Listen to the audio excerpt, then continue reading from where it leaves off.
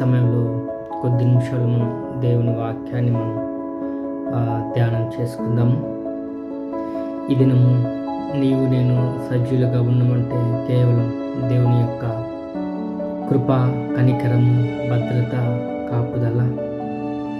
ఆయనకు ఏమి ఇచ్చినా కానీ ఆయన రుణం మనం తీర్చుకోలేము.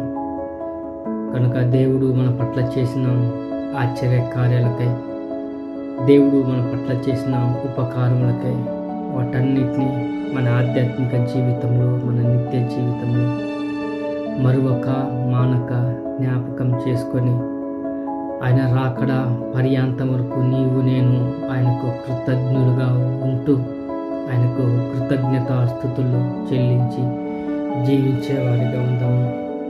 అట్టి మాటలు దేవుడు మన వినికిడిలో దీవించి ఆశీర్వదించునుగాక.